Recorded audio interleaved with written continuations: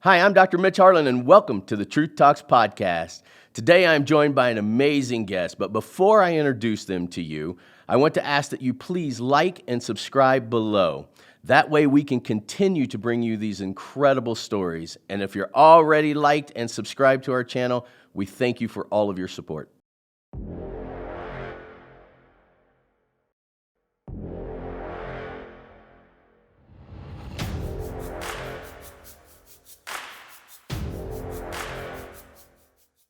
Hi, and welcome to Truth Talks podcast. I'm Dr. Mitch Harlan. I am here with the most special guest, Jairek Robbins. Jairek, how are you? Very good, sir. And yourself? Doing fantastic. You're a motivational speaker. You're an accomplished performance coach. Man, the names of the people that you help coach and you help in business is nothing less than impressive. I want to go through a couple things. I really want to hit hard on your book, Live It. That is, the message there really resonates with what we do at Truth Talks. Your brain is so full of experiential knowledge, which is another key word we like to use here. So if you don't mind, for the next 30 minutes or so, we're just going to pick your brain. Hey, let's do it. Let's do it.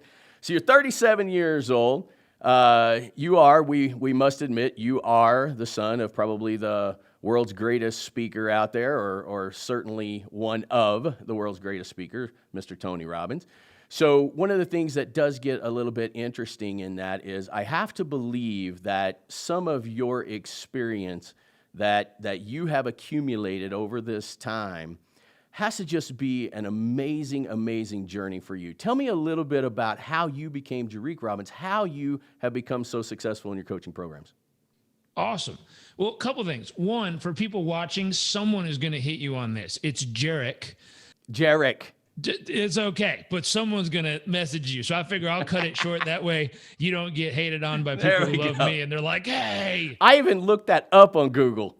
It's okay. Well, Google says it wrong too. And that's okay, because every single teacher I've had since, I don't know, third grade or pre-K has jacked that up in different ways. So Damn, I'm totally used to it, but I'll catch it early so you don't get keyboard warriors attacking you later.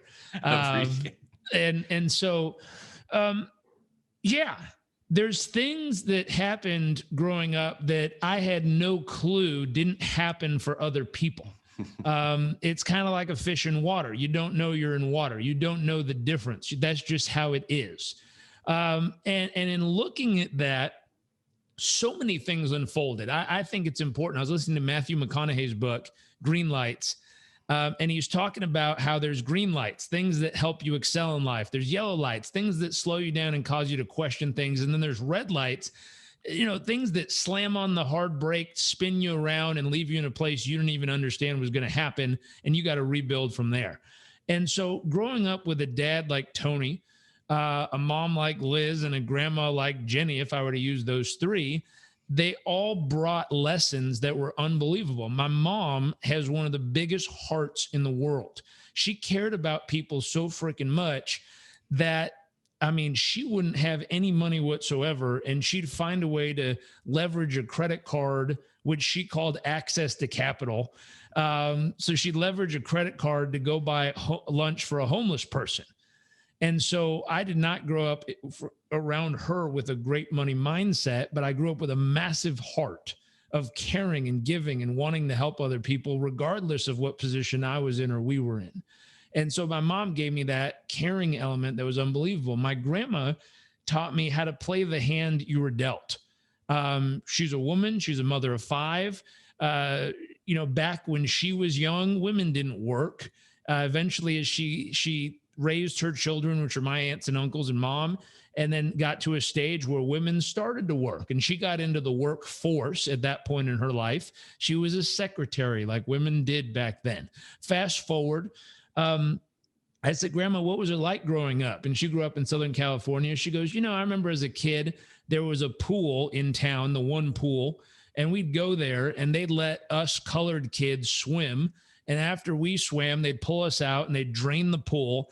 They'd get in there and bleach the pool and then clean it so then the white kids could get in and not get dirty.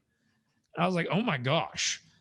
She told me stories of my great grandfather who did pretty well as a tailor and then a real estate investor. He purchased a real estate investment in the part of town where he wasn't supposed to. And they told him, you can't buy here.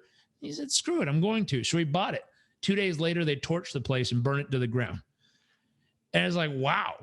And so she taught me, I was like, Grandma, does that mean like you don't like people who don't like you? Does that mean, what does it mean? And she's like, no, it means you take the hand you're dealt and you play the hell out of it. But she taught me that. And then my dad was a kid who grew up with no mentors, no coaches, no people around him. My grandma lived in humble beginnings through a lot of her life until my dad changed that for her. She was married a bunch and had lots of stuff going on. And so he didn't come from a fruitful place. He didn't come from an abundant place. And if you ask any of my aunts or mom or anyone who knew him as a kid, they're like, oh, that guy, he was a big, tall, goofy, silly guy. And they're proud of him. He made it. He pushed through all that stuff. And so for him, my grandma my mom is care. My grandma is play the hand you're dealt. My dad is anything's possible. I mean, my God, if he can go from where he was to where he is, a kid with no mentors, it's a split depending on who you ask the story to. He got kicked out of the house at 17. He was misbehaving. So it depends on how you spin the story.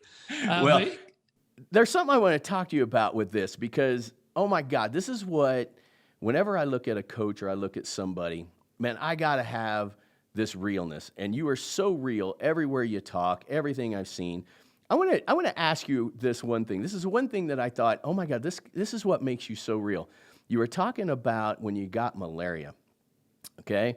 And there were two things that I had read. One of them was that you'd called your dad and he said, listen, do whatever you're going to do with certainty. Either take the medicine or not take the medicine. That shit doesn't help. Right? But I loved what your mom said because it sounds exactly like my mom. Take the damn medicine. You're in some godforsaken place. You need to live. She throws it all down, comes to see you. I'm thinking, this is another one of the up and rising greatest motivational speakers, real life speakers. And when I heard that story, I was all in on you, man. Does that make sense? It does. And in that case, my dad was like, there she goes, trying to rescue him again. And I felt like I was dying 4 times over in a hospital bed in the middle of nowhere in Uganda. And it's a beautiful place. Saying middle of nowhere is disrespectful. I'm going to be honest. It is an unbelievable country to visit. I can't wait to take my son back there and my wife to go see it. It's literally on our bucket list of places I want my family to go see because it's unbelievable there. It's beautiful, beautiful place. Incredible people, wonderful place in the world. In the villages, it's rough. I mean, it's people still living in mud huts with thatch roofs. Still to this day, that's how they live. Very simple living. And there's lots and lots and lots of people who can't afford food, don't have access to water. And even if you have the money, the other part was when I lived there, you could walk a quarter mile to where the market is, where there's supposed to be food. And some days there's just no food. No one brought anything to sell. You're like, oh my God. Like, even if I have the money, there physically is no food there to buy. So it's an interesting situation. And that's rare, but it happens. And so with malaria, my God, I got my butt kicked. And there's a few reasons why. Number one, I grew up in Southern California. We don't believe in standard medicine as far as the what I was brought up. I didn't take vaccines. Still don't. I didn't take medicine. If I had a headache, I would drink some vegetable juice and meditate and sleep and go sit in the sauna and do all the natural healing things. All that stuff works incredibly well about 90% of the time on most things. Malaria is not one of them. When I told my healing or treatment plan to my doctor in Africa, in Uganda, he looked at me and said, that's the stupidest thing I've ever heard.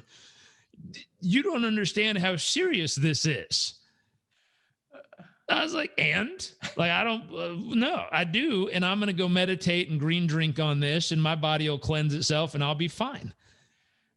And this doctor was like, I don't know how to explain this to you. That is ridiculous.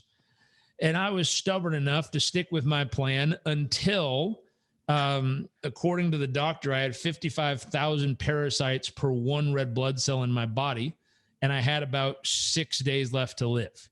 And at that point, I was like, okay, I believe in measuring. And if, measure, track, see what's working, change your approach, adjust accordingly. I was like, well, apparently my plan is making it extremely worse. So I need a new plan. And I'd be stupid not to have a new plan at that point. So I took the medicine. My mom, who did come out there, it was a beautiful thing. She'd never traveled outside the country before, besides, Mexico maybe is in California. It's just easy drive. So she flew through London, through Egypt. When she got off the plane in Egypt, she told me the funniest story in the world. They had the stairs instead of the ramp. So she's going down the stairs. She has her one bag with her. When she gets to the bottom stair, the bag swings in front of her by accident. She trips and she lands on her hands and knees. Everyone on the stairs behind her breaks out clapping, thinking that she's kissing the ground because she's grateful they landed safely. She's like, these people are rude. She gets up and goes off, catches the next plane. She lands. They take her to a local hotel at night. And she's like, no, I want to see my son. Drive me to where he is. And they're like, it's not safe. You can't drive at night on these roads. Like, if your car breaks down, you're dead. And then she's like, okay. So she sleeps at the hotel. She's like, I pull in. There's a dude with a giant machine gun at the gate. It's so scary. I'm like, he's there to protect you. And then there was a frog in my bathroom and bugs were trying to attack me. So she had all these beautiful stories. She finally gets there. And the best part was my grandma had told her that people in Africa wear bright colors. So when the taxi opened and my mom was wearing neon yellow from head to toe, I thought it was the most amazing thing I'd ever seen. I was like, what are you wearing? And she's like, your grandma told me that we're bright colors here. I was like, first off, Africa is a continent. So what part of Africa wears bright clothes? Second, look around. No one has neon yellow on. So everyone in the village was like, what in the world is that? As she walked through. It was sweet. Fast forward the whole thing. I took the medicine. It had probably the worst 11 days of my life. There's a dude named Jack that I owe my life to, literally, who sat there for the first few nights when I was laying on the ground, throwing up, diarrhea, puking, couldn't keep anything in. I went from about 210 pounds down to about 180 over a couple weeks. It was really bad. Nothing could stay in, and it was all coming out. And so it was horrible. And this guy spent just days next to me with a bucket and a rag, hitting my forehead with cool water to try to keep me from overheating. And yeah, I made it through that, luckily. My mom would have done the same thing. And I love that. And I also love the article where it was talking about how your dad was just like, whatever you do, do it with certainty, right? And again, that's kind of his MO, and it's part of that motivational thing. But I love the realness when it was like, I'm taking the medicine, man. I'm going to go ahead and do this thing, and I'm going to go ahead and live through it. I always look for the realness in people. Like, where is that reality of it is? Because to a lot of people, you're bigger than life. You coach some of the most amazing people in the world, but I think they also want to know that you're real, right? Like, you live the same types of lives that they do. It's just you live it differently based on experiences that you have. And I'll segment that into your book, right? Live it. A little excerpt out there I want to talk about. So many people are so busy being busy that they don't spend time on the foundation of their life. I love that saying, man. That's and that's me sometimes. Is that you as well? All of us. It's something where, let me see where to pick this point up, where it would make most sense for people. If you rewind, people want to know that we're all the same. The truth is, we have emotions that are all the same. We have thoughts that are all the same. We have feelings and days that are all the same. But the God honest truth is, we're not all the same. We're all different. People can look at me and be like, oh, your life must have been so easy in certain ways. And I can honestly say in some ways it probably was easier than yours or someone else's. And if I look at your life, there's probably some way in your life that your life was easier than mine. And that's the truth. We all have something in our life. And maybe someone along the lines of David Goggins would go, nothing in my life was easy. Like maybe, but that's why you're stronger than 90% of humans mentally, emotionally, and physically. So that becomes what becomes easy is your future when you had to go through hell and back as a kid, because you've gained muscle that no one else had to gain at that stage or age of their life. And so the shit they're going to struggle with later, you're going to cruise through because you did all the work early. For people who had a smooth and easy childhood and no hard work, their hard's going to come later. Jairek, Some people dealt with that stuff very early. So to them, they'd be like, meh, and walk right through it. David Goggins, if he's not going to, but knock on wood, I hope he doesn't. He's a good guy. But if something happened to him and he had to deal with 6 months of working out in a solitary confinement container, I don't think he'd have any issues at this point. Dude would come out looking like the Hulk, even more on the other side. Like, he's done the hard work. He's lived through it already. Now things are easy for him because he's already been through hell and back. And so that piece of easy or not just determines on where you want the hard part to be. Circling back, I wrote this in my book. My dad gave me an invitation along the way because he said, hey, certain things were easier for you. Do you want the hard now or do you want it later? And I did some calculations. I was like, well, wait a second. If it's easy, either easy, hard, or hard, easy, I'd rather do the hard, easy. What do you mean by hard? Like, where do I go first? He said, why don't you come up to Canada and learn how to stack lumber for 3 months? I was like, how hard could that be? Bad question. But how hard could it be? You're moving wood around, a lumberjack. I get it. Okay, no big deal.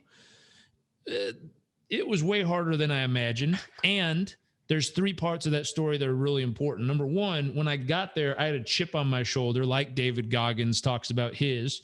And I was like, you know what? I'm going to prove who I am and what I'm about. Got up at 4:30 in the morning, worked out in the gym, went running and lifting weights for 30 minutes, got to the side of the freeway by 6 a.m. sharp, 5:55 to be honest, because at 6, the van would stop. It was full of workers. It would open, you get in, it closes, and you keep driving. If you are not on the side of the freeway at that time, the van will leave you, and you now have to drive yourself an hour to the lumber yard. And so it's a no miss. There's a standard, and you do not miss this. So every morning on the freeway, 6 a.m., picked up by a van of workers, off to the lumber yard, stacked all day, got home. And then when I got home after, 8 hours of stacking wood all day, some of those woods were just little slat boards. Some of those woods were 400-pound chunks of wood that we were moving as a team. And it was all day, nonstop. Got home because I was trying to prove something. I'd go straight to the gym, lift weights, run another mile, and then eat dinner and go straight to bed 6 days a week. In the beginning, my step-grandpa pulled me aside and said, don't do this. You're going to physically burn out and hurt yourself if you keep doing this morning, evening stuff on top of the work. The work is hard enough. Like, no way. I'm doing it the whole time. All 3 months, I'm going to do this every day, morning and night, no matter what. So I stuck with it, and I did it. About halfway through, I remember this chatter that I hear a lot from young people in the workplace right now. And the chatter was, I'm smarter than this. I'm better than this. I'm more educated than this. I should be the one leading. Why are they telling me what to do? This was the stupidest job idea I ever took. I should go take a better job than this. I should be making way more money than this. All these thoughts. And I remember, I got fired up. I was like, this is crap. I shouldn't be doing this. This was stupid. And then I remember a conversation I had with a gentleman who was probably in his 70s. His nickname was Uncle Dubai because he had stacked lumber in Dubai in 100+ degree weather. He had stacked lumber in Canada in negative, ice cold, freezing weather. He had stacked lumber all over the world, and he'd been doing it since he was 18 years old. And I remember I asked him, is stacking lumber your passion in life? He's like, no. I said, why did you choose to stack lumber from 18 to 70+ years old? 50, 60 years of your life, you've been stacking lumber. He said, because in my culture, he was Indian, from India. He said, in my culture, the oldest living male becomes financially responsible for the entire family. And at 18, his dad died, and he became the oldest living male in his family. And at 18 years old, he said, the only thing I could do was this, that I was trained for, ready for. So he said, I got this job, and I've been blessed to have this job my entire life, something I can do every single day to take care of my family. And I remember I walked into the bathroom and I looked myself in the mirror and I just thought, who the fuck do you think you are? You're sitting here bitching and moaning and complaining about an opportunity that life has given you. And then I thought about it and I said, you know what? My generation, at least, we haven't lived through a time when grown men and women would stand in line all day for the opportunity to put in an hour's work to afford a loaf of bread, just the bread to take home to your family and feed your kids. We haven't lived through that. We don't have any sensory experience of what that's like. And I remember standing there and just thinking, my God, if this is the opportunity that was put in front of me, instead of bitching and moaning about how I deserve better, why don't I figure out how to become the best at it? And that was a game-changing moment about halfway through. And I said, you know what? Screw it. If this is what I had to do the rest of my life to take care of the ones I love, I'm going to find a way to fall in love with this process right now. And if I can fall in love with this, I can fall in love with anything life gives me to do is my opportunity to work. What I really love and what resonates with me so much with you is that in Truth Talks, we take that in the middle, right? The learn it, between the learn it and give it is the live it. And I love how you take story of other people, apply it to your life, and then apply it to all the coaching that you do. I personally think that's the way people learn. You fast forward their life, and I love that because you talked about in one segment, everybody wanted to lift the great big heavy boulder to say, hey, I'm really strong, but it was those pebbles that you pick up every day that brings you to that great leadership. And that was just, dude, I can't even tell you. I just freaking love it. But I want to talk about live it. Live it, I think, is the most unbelievable section in what you do because I think it's the most important segment for people to change their lives, whether that be business or personal. I know you do a lot of business coaching with a lot of people, but I tend to find when I listen to you, I apply it more to my personal self than even the businesses that I run. But talk to me a little bit about living it. So living it was an observation, and someone said something recently that really stung. And I went, ooh, and I had to dig around in my own soul and say, is that true? What I noticed was, and I grew up around seminars, believe it or not, I did. And so at seminars, I mean, just so you know, my dad's event is probably one of the most attended and amazing events in the world, the Unleash the Power Within one. They have, I think, 400,000 plus people a year. He just did a live 5-day challenge on Facebook with 900,000 people live for 5 days. So the reach they have is unbelievable. And growing up around there, I noticed a trend.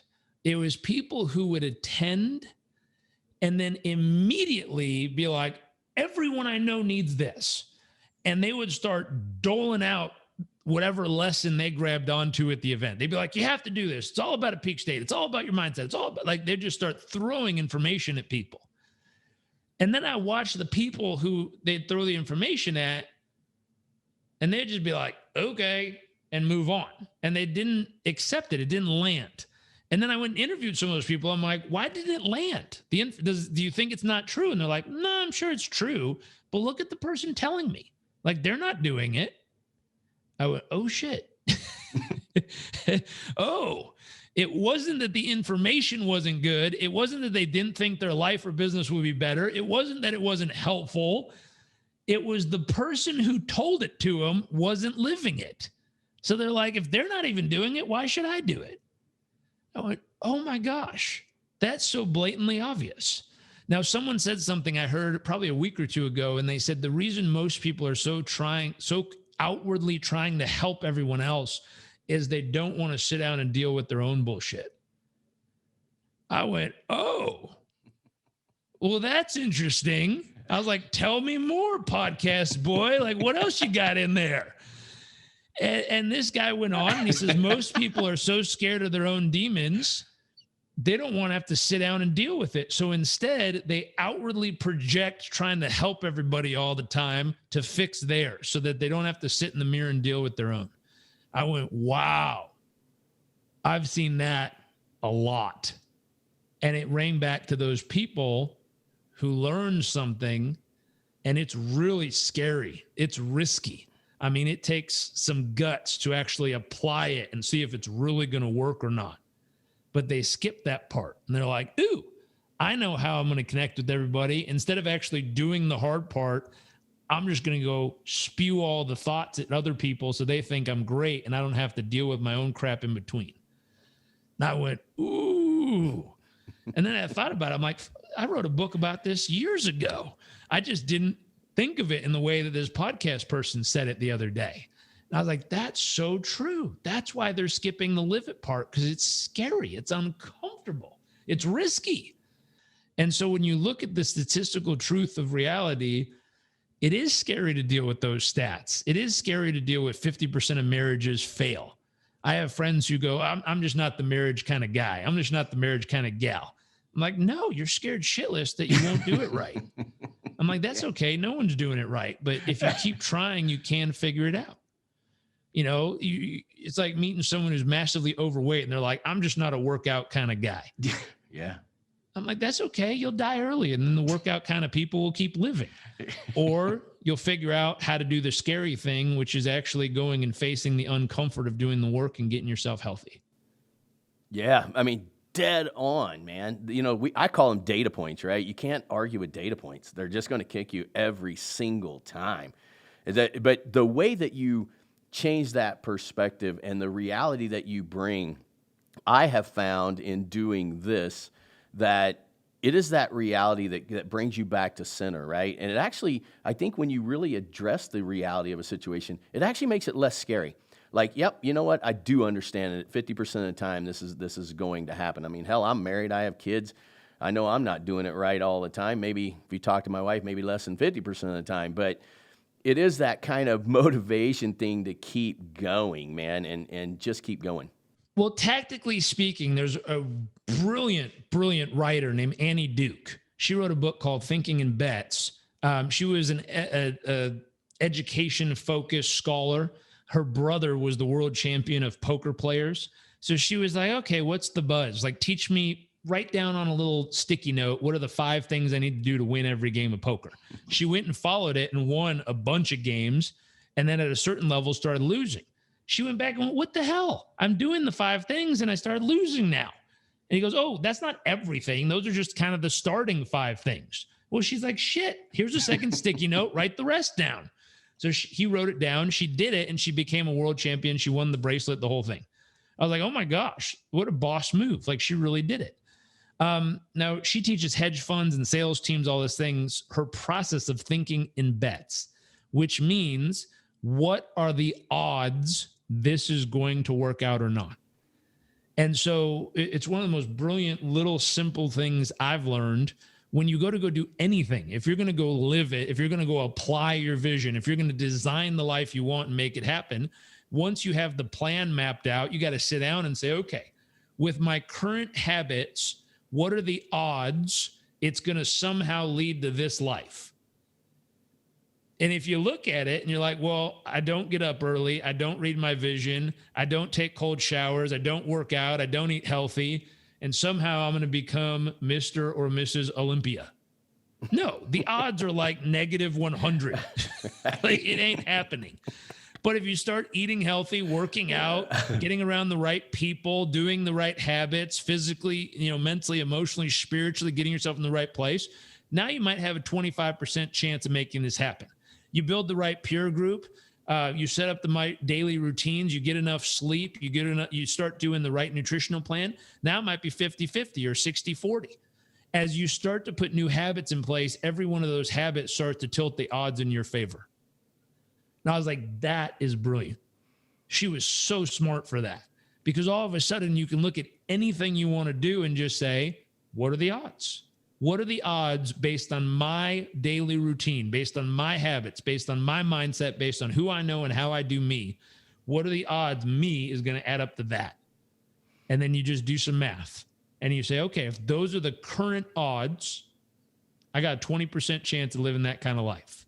What could I do to tilt the odds in my favor? Is there something I could learn? Is there someone I could learn with? Is there a book I could read? Is there a degree I could get? Is there a company I could learn or work within? Is there a partner I could get? Is there a person I could recruit for my company? Is there, what is it that can start to tilt the odds in my favor? And as you do that, all of a sudden the odds of living the life you want, 50-50, 60-40 in your favor, 70-30, 80-20, you have an 80% chance of living the life you desire because of all these micro things we switched one by one by one by one until one day you wake up and you're living it and you're like, holy mackerel, how did I do that? And it was one habit, one person, one situation at a time. And it just turned the odds in your favor. You know what? Let's take this into a real reality discussion, right? All right, so I have a talk show here. We do this podcast. You're obviously a very high desired guest that I wanted, just because of so many different reasons of who you are and what you're about, and I resonate so much with your message. So I send you an email, or not an email, I send you a Facebook deal. I guess we can probably talk about this. If not, this is how it happens, right? But then I thought, okay, well, that's okay, because if I can't get him that way, I know some people who know him. And if he doesn't answer me this time, which I didn't even know if the message would ever get to you, but I thought, if not, I'm going the next step, and I'm going to get his friends to tell him he needs to come on this show. And if I don't get to that one, then I got one more level, which is the ultimate level, is I have an avenue through your father, and I thought, you know what, I'm still going to get him. I'm going to get him one way or another. I'm going to get him. I think that what I love about what I hear from you is exactly everything that you just explained. I wasn't going to stop till I got you, or you filed a restraining order against me, which I don't know if your team is like, man, maybe we need to put a restraining order on this guy. But did we do that the right way? I mean, you coach some of the greatest minds in the world. How was our approach? What did you think? So I'll tell you, that approach is how I got into college. And I decided there were 3 schools I really wanted to go to. So I wrote my application and sent all my stuff to Cornell, UC Boulder, and University of San Diego. 3 schools, kind of across the country. Somehow I got accepted to Cornell. Somehow I got accepted to CU Boulder. And then the University of San Diego declined me. So as all great competitive people, I went, well, shit, that's where I'm going, clearly. And that's the only way to do it. When someone says no, that's what's going to happen then. So as silly as this is, I decided I was going to the University of San Diego, and I scrapped the other 2 choices, and I went all in on the people who told me no. And my simple idea was, I lived in San Diego, so I'm going to drive down to the admissions office. I'm going to make friends with whoever the hell wrote no on my application, and I'm going to be friends with them every single day until they let me in, period. And I was willing to skip a semester. I was willing to skip a year. I was willing to skip 2 years. I was going to hit their office every day until they let me into this place, period.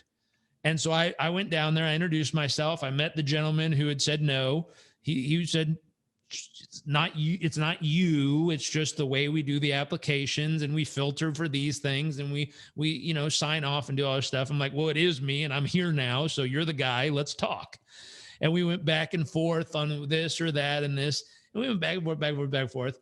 And I just kept coming. I'm like, I'm going to come every day until you say yes. And he's like, okay, well, that's not how it works. So, I'll let you know. I was like, no, I'll see you tomorrow. I will be here. And I just kept coming. Eventually, when he found out I was really serious and I would not stop annoying him, eventually he went, well, here's the deal. There's a second wave of admissions If someone we gave a spot to declines their spot and goes somewhere else, there's a possibility you might be able to get one of those spots. I can't promise you. I can't approve it. It's the group that's going to decide, but I could put in a word for you. I'm like, can you write an endorsement for my application then? You know me. I mean, we hung out every day for last month. Write something for me. It would help if you're on the team and you happen to say, I think this is a good idea. So he wrote a cover letter for my application to the university that he decides, him and his crew decides who gets in and who doesn't. And I worked every angle I could to get that acceptance, and it worked. And it turns out that's how a lot of stuff gets done in life. And so what you just described was how most things work. But most of us think we're the only one who works it like that. And everyone else must have got in easy. Everyone else must have had it in. Everyone else must have done something special, or I must be the outcast of this game. Not true. Anything we want, if you're repetitive enough, you get there. I'll tell you the one time it didn't work. The one time it didn't work was with a guy named Seth Godin that I wanted on my podcast. And what happened was I wasn't the one doing the reach out. Someone on my team had worked with him previously, and I didn't know she was doing this. She was emailing him every single day on his personal email address, asking him to come on the show. And she wrote him. He said, no. She wrote him again the next day. He said, still no. She wrote him again the next day. She had done this for about 2 months every day. And at some point he wrote back, no offense, I'm more of a Papa Bear kind of guy, not a baby bear kind of guy, if that makes sense. Ouch. When I finally read that, I went, I totally get it. That's true. I mean, he's one of the godfathers of marketing. He's a really big deal. He's launched Victoria's Secrets campaign. Like, this dude's the dude. I get it. I'm not offended by that. I see truth in it. And when my brand has 1 million people on my email list, I'm sure he'll want to hop on and say hi, but I wasn't there yet at that point. And so I was totally fine with it. Fast forward, we both got hired to speak at the same event in Toronto. So I was like, isn't that interesting? My face is right next to his at the same event. So I arrived, he arrived. When I got there, the promoter of the event, or the person in charge of it, said, oh my gosh, you have to meet Seth. He's going to love you. I don't know about that. I'm not so sure he's going to be real excited to see me, pop up backstage on him. She's like, no, he's going to love you. Come with me. And I was like, okay, I'm open to it, but I don't think he's going to be thrilled. And she didn't know anything that happened. Long story short, we get to the dressing room, the door opens, she goes and gets him. He comes to the door. He walks up very nicely and goes, nice to meet you. The answer's still no. And I was like, I wasn't even asking. So we talked for a few seconds, pleasantries, saying hello. He's a very, very nice guy, and I love what he does. My wife worked with him on the launch of the Victoria's Secret campaign for marketing. Wonderful guy, brilliant guy. Fast forward, what ended up happening later was awesome. I was in the audience, of course, listening to his speech when he presented there. And afterwards, he took questions. So I raised my hand. I'm like, I want to talk to this guy. I wasn't going to ask him, will you be on my show in front of everyone? I figured he was going to say no anyway, so I didn't try that. But I did have a question about finding your own footing. Purple cow, how do you stand out and be unique? So I raised my hand and said, hey, what would you tell your kid if they wanted to stand out and be unique in the marketing space? So if they decided to get into the business you're in, what would you tell them on how to present their purple cow, how to be unique and different? Now, that was a very, very targeted question. I know his son works within his company, so I knew what I was asking. I was asking it on purpose because I wanted to see his thought process as a father about it. And he stopped and turned it around on me. He goes, I don't think this has anything to do with me. I was like, oh, it does, but I didn't have a mic, so he couldn't hear my reaction. And he said, I think this has to do with you and your dad. You're in the same industry. I've watched your stuff. And this was a beautiful compliment. He said, I've watched your stuff. I've followed you for a while. I like what you do. He says, if you're asking what makes you different from all the rest in your space, it's because you actually care about people. And I know a lot of people in your industry, and they don't really care. I went, wow, that's cool. And then I had the weirdest conundrum I've ever had. How the hell do you write that on a website? Well, JarekRobbins.com. I care. And I was like, no, if you ever go to a website that says, I care, I immediately think, bullshit. If you really care, you wouldn't have to write it on your homepage. You'd show me. So I was like, that was the most helpful yet unhelpful marketing advice I've ever received. Is the answer still no? Yes. Still to this day, I don't know how to write that piece of marketing tip from him, but that's the one time it has never worked for getting Seth Godin on my show. At some point he will be on and I'll get to tell that story, and it ends with, and now he's here. But now is not yet. I'm still growing, and he's amazing at what he does. So I'm not the fit for him yet. I'll get there. But that's the one time it didn't work. At the same time, though, it became a beautiful, beautiful, insightful lesson for me to have one of the godfathers of modern marketing give me insight to what my brand really stands for. It's very useful, but it didn't get him on the show. It didn't work. Yet. It will. That's the beauty of learn it, living it, and giving it, right? I love, love, love that book. I got just a couple more things. You've been so gracious with your time. I can't even tell you how exciting this is for us to have you on the show, but I got a couple things I want to go down really quickly. One, people that say it comes easy, you already explained that, right? Sometimes your heart is later on in life. It may have come easy. Obviously, you are up and coming in this, man. Your information is just astronomically beautiful for people to learn from and make a change in their life. Is it hard getting out of the shadows? Has that been a little bit of an issue in your world? No, I'm not competitive with him. So I used to be really stressed out all the time, hence the random grays at 37. And part of my stress was the pressure I was putting on myself to try to transform millions, to reach billions, to do all this stuff. And when I was doing it, I was so hungry to try to do more. But it was insatiable. It was never enough. No matter, I'd be like, look, we had a video reach 1 million people this week. And I'm like, so? And I want more. Why not 100 million? What the hell? I mean, some girl does something stupid and she reaches 1 billion people. Why doesn't mine?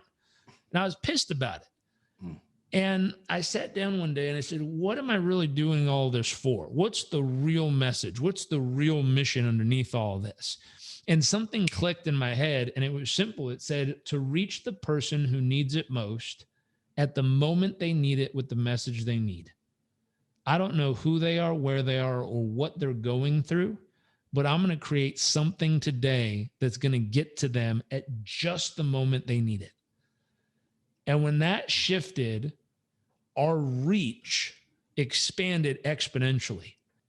And I was like, I don't know what just changed. I've always wanted to help people. How is this different? And what I realized is it became less about me trying to hit my number to prove to myself that I'm special enough or good enough. And it became more about literally just trying to get to that person when they needed us with the message they needed. And I don't know who, where, or what they're going through, but that was the only goal we were after. And as soon as it became all about them and not about us anymore, all of a sudden it really took off. And as simple as that sounds, to give you an example of how amazing that can be, I got a handwritten letter one time from an airman who had been deployed. She came home from war, had PTSD, and she wrote me a letter that said, Mr. Robbins, I have horrible PTSD. I'm an active duty member. I came home from a horrible war situation. For the last week, my PTSD has been so intense that I've had my firearm in my mouth every night wanting to pull the trigger and end my life. I can't imagine having to live like this anymore. She said, this week, someone gave me a copy of your book as just a random gift. I read the first few chapters, and I wanted to let you know it reminded me of my reason of why I want to keep living. Thank you for that.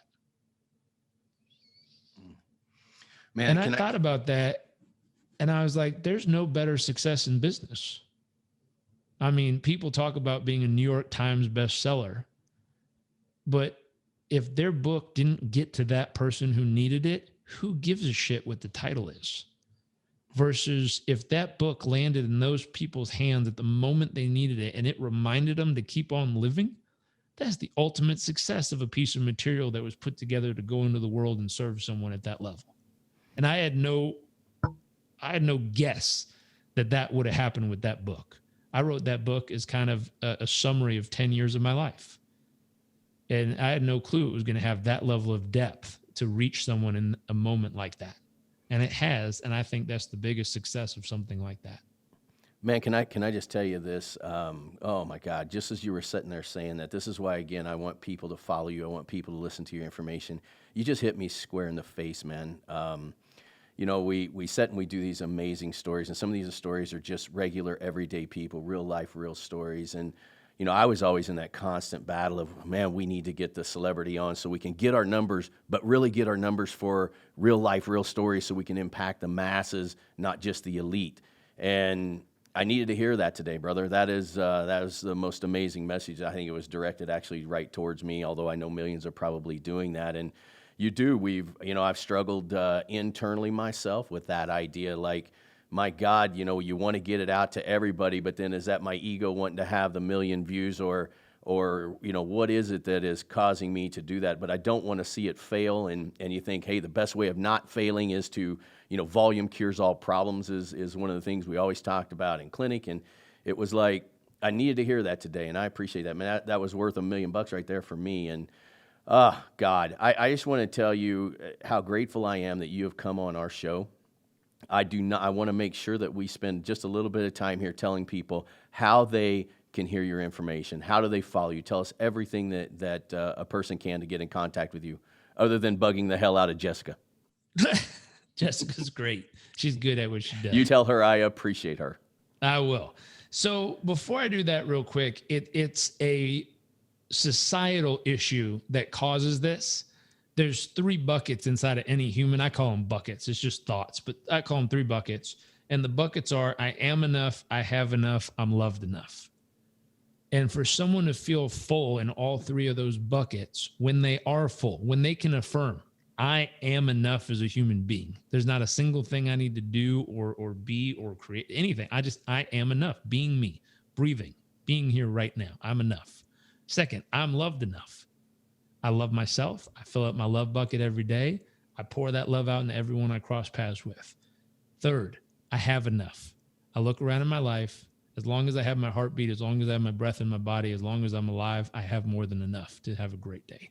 When those align, you don't need anything else from the world. And all of a sudden, everything someone does at that point is to spill over all that goodness into other people. When any of those 3 buckets aren't full, they don't feel like they are enough, they don't feel like they have enough, they don't feel like they're loved enough, you start getting very peculiar behavior of people trying to do things thinking it's going to fill the bucket. And what's interesting, we live in a society of comparison where, I'll take podcasts. Someone puts up our podcast. How do you know your podcast is successful? Because it has 200 million views. Is that really what makes it successful? Or is what makes it successful the fact that it got to the human who needed it at the very moment they needed it most? They can be argued either way. Well, we get paid a lot for our podcast. We saved lives. I don't know. Depends on what's most important. For some people, making money is more important than saving a life. For some people, getting to that person who needed you, way more important than any amount of money someone could give you. You can replace the money. You can't replace that human. And so there's an element in there that's important. And what it stems from is having those 3 buckets full. And so figuring out and answering the question, what would have to happen for me to be able to completely 100% authentically affirm, I am enough, I have enough, I'm loved enough. When those are full and your list is checked, at that point, all it is spilling over the extra to everyone else you cross paths with. And so just side note on that one, put asterisks on it. It was beautiful. I think it's really important in society today. How do you know your podcast worked? I know it worked because I got a letter in the mail that said it changed someone's life. That's how I know this is a successful podcast. Versus, I know this is a great podcast because look how many people downloaded it. That's a vanity stat versus a real stat. And so I dig on people a little because we've been trained, and it's a training. We've been trained to pay attention to vanity statistics instead of real things that matter. And so I harp on people to go, hey, yeah, your show's been downloaded 200 million times. Great. Tell me about the people whose lives has changed. Tell me about the businesses that have been built off this. Tell me about the people, even on your team, that it supports to have a job. Tell me about what this has really done, not a number that can be altered and played with on the internet. And the sad part is there's a lot of ways to game those systems. So a lot of those giant numbers you see are partially real. Right. And they're also toyed with because people found out when you toy with the numbers and get them big enough, you can get attention in all kinds of places you never could before. And what it's stemming off of is a bucket that has a hole in it, and their insatiable hunger to try to be around or get to or have more is causing them to game the system and bullshit their way through just to get access to something they think will finally make them feel whole. And it never does. Well, we have Seth coming on the show next week. I'm going to put in a pretty... I'm going to surprise entrance him. I'll be like, I'm back. I'm back. Look at here. I'm just going to start figuring out every show he's going to be on. I'm going to do a surprise guest entrance on every show. Hey, you know what? Sometimes we have a surprise guest coming in. I pop on. He's like, are you serious? You need to get out of my shows. He's like, it's still no. It's still no. It's still no, Robbins. Get out of here. Oh my God. I bet we could make a YouTube series of me chasing Seth, getting told no a million times. It'll probably be really funny. Me showing up in random places. I figured out how to show up on interviews he was being interviewed on. Oh, I'm sorry. If people want to find us, I forgot. Instagram or LinkedIn. If you're a business professional and you want to connect with us on business stuff, find me on LinkedIn. If personally you want to connect and you want inspiration, motivation, find me on Instagram. So I've learned to sort of relationship, personal performance, health, and sleep, Instagram, business growth, find me on LinkedIn and connect. So if you split like that, you'll find me in the right place and I'll be able to support you either way. Thank you a million for coming on the show. Again, we want to highlight you, just the amazing stuff you do, but you know what? We're like everyone else out there that you coach. We're trying to do something great. We're trying to get that message to the right person at the right time. You can see we're not a big corporate showboat type of thing, but we're doing our best, and we're doing it the best every day. But people like you help us, and we're humbled, and I can't thank you enough for doing it.